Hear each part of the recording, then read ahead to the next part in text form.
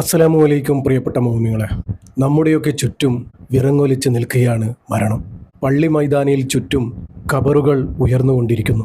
സ്വന്തക്കാരുടെയും പ്രിയപ്പെട്ടവരുടെയും പരിചയക്കാരുടെയും പരിചയമില്ലാത്തവരുടെയും അങ്ങനെ ഒരുപാട് ഖബറുകൾ പുതുതായി ഇടം പിടിച്ചുകൊണ്ടിരിക്കുകയാണ്. നാളെ ഞാനാണോ നമ്മളിൽ നിന്നും ആരാണെന്നോ നിശ്ചയമില്ല. അവിടെ നമുക്കും ഉറപ്പിക്കപ്പെട്ട ഒരിടം ഒഴിഞ്ഞുകിടപ്പുണ്ട്. മരണം എത്ര നിസ്സാരമാണെന്ന് നിങ്ങൾ ചിന്തിക്കാറുണ്ടോ? ഈ റമദാനിൽ നോമ്പുമായി മരണപ്പെട്ട എത്രയെത്രയോ മരണവാർത്തകൾ നിങ്ങളുടെയൊക്കെ മുന്നിലെത്തിച്ചിട്ടുണ്ട്. ഇന്നും അത് തന്നെയാണ് എനിക്ക് അറിയിക്കാനുള്ളത്. നോമ്പുമായി റബ്ബിലേക്ക് മടങ്ങിയിരിക്കുകയാണ് ഒരു 21 വയസ്സുകാരൻ.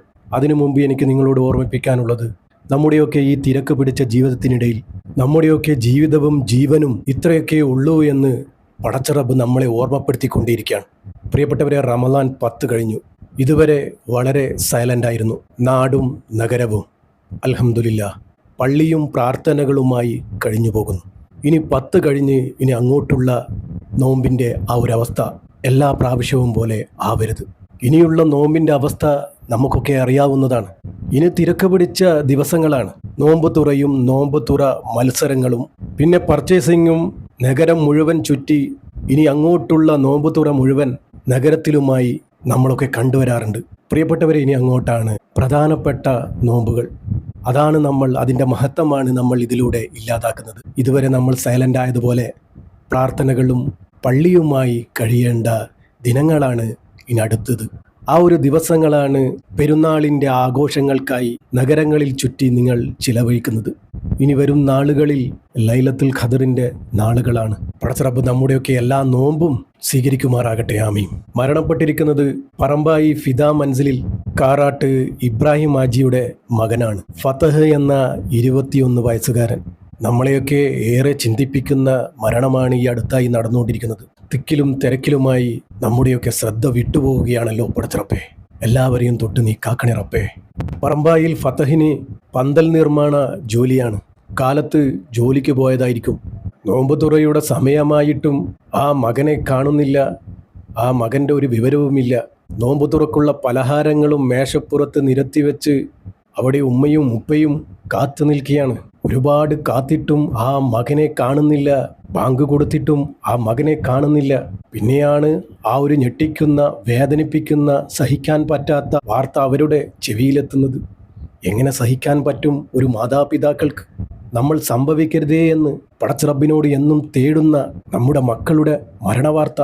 മമ്പറം പറമ്പായിൽ നിന്നും കല്ലായി ഭാഗത്തേക്ക് പോവുകയായിരുന്ന ബൈക്കും അഞ്ചരക്കണ്ടിയിൽ നിന്നും തലശ്ശേരി ഭാഗത്തേക്ക് വരികയായിരുന്ന കാറും മയിലുള്ളി മൊട്ട കാർഗിൽ ആ ഒരു ബസ് സ്റ്റോപ്പിന് സമീപം വെച്ച് കൂട്ടിയിടിക്കുകയാണ്. അതിൽ ബൈക്ക് യാത്രക്കാരന് മരണം സംഭവിക്കുകയും ചെയ്തു. ആ ഒരു ബൈക്ക് യാത്രക്കാരനാണ് നമ്മുടെ നോമ്പുകാരനായ ഫതഹ്. അവന് വേണ്ടിയാണ് വീട്ടിൽ നോമ്പ് തുറക്ക് വേണ്ടി കാത്തു നിൽക്കുന്നത് മാതാവ്. ഫതഹ് പറമ്പായിൽ നിന്നും കല്ലായിലുള്ള മാതാവിൻ്റെ വീട്ടിലേക്ക് നോമ്പ് തുറക്കാൻ വേണ്ടി പോവുകയായിരുന്നു. ആ ഒരു സമയത്താണ് ഈ അപകടമുണ്ടാകുന്നത്.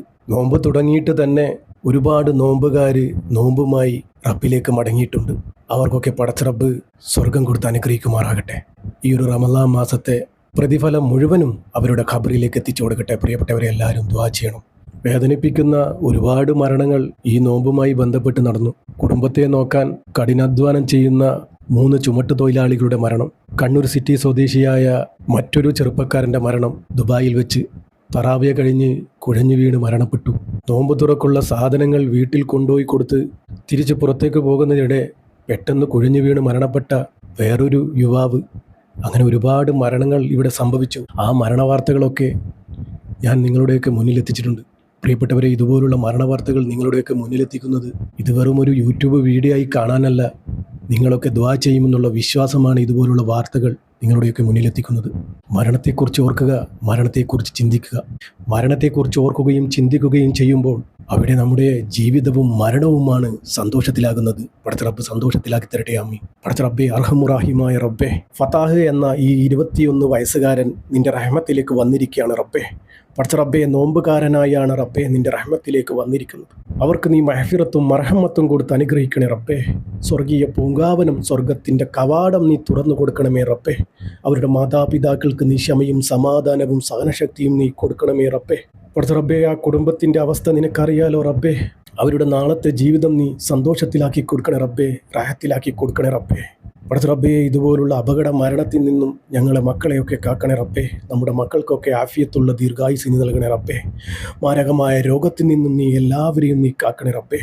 പടച്ച റബ്ബേ, മരണപ്പെട്ട പൊന്നുമോൻ്റെ ഖബറിലേക്ക് ഈ പുണ്യ റമദാനിൻ്റെ പ്രതിഫലം മുഴുവൻ നീ എത്തിച്ചു കൊടുക്കണേ റബ്ബേ. പടച്ച റബ്ബേ, ചെറുപ്പക്കാരനാണ് റബ്ബേ, ജീവിതത്തിൽ എന്തെങ്കിലും തെറ്റുകുറ്റങ്ങൾ സംഭവിച്ചു പോയിട്ടുണ്ടെങ്കിൽ നീ പൊരുത്തപ്പെട്ട് മാപ്പാക്കി കൊടുക്കണേ റബ്ബേ.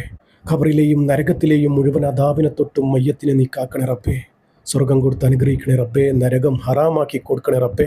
പടച്ച റബ്ബേ, ഇതുപോലെ ഒരുപാട് ആളുകൾ, ഒരുപാട് മക്കൾ മരണപ്പെട്ടിട്ടുണ്ട് റബ്ബേ. അവരുടെയൊക്കെ കുടുംബത്തിന്, അവരുടെ മാതാപിതാക്കൾക്ക് നീ ക്ഷമയും സമാധാനവും സഹനശക്തിയും നീ കൊടുക്കണമേ റബ്ബേ. അവർക്ക് നാളെ മുന്നോട്ടുള്ള ജീവിതം നീ സന്തോഷത്തിലാക്കി കൊടുക്കണേ റബ്ബേ, റാഹത്തിലാക്കി കൊടുക്കണേ റബ്ബേ. നമ്മുടെ മക്കളില്ലാത്ത ജീവിതം ഞങ്ങൾക്ക് തരലേ റബ്ബേ. നാളെ നമുക്ക് കഫപ്പുടവ അണിയിക്കേണ്ട മക്കളാണ് റബ്ബേ. നമ്മൾ ജീവിച്ചിരിക്കുമ്പോൾ നമ്മുടെ മക്കളെ നീ കൊണ്ടുപോകല്ലേ റബ്ബേ. പടച്ച റബ്ബേ, നമ്മുടെയൊക്കെ ജീവിതവും മരണവും നീ സന്തോഷത്തിലാക്കി തരണേ റബ്ബേ.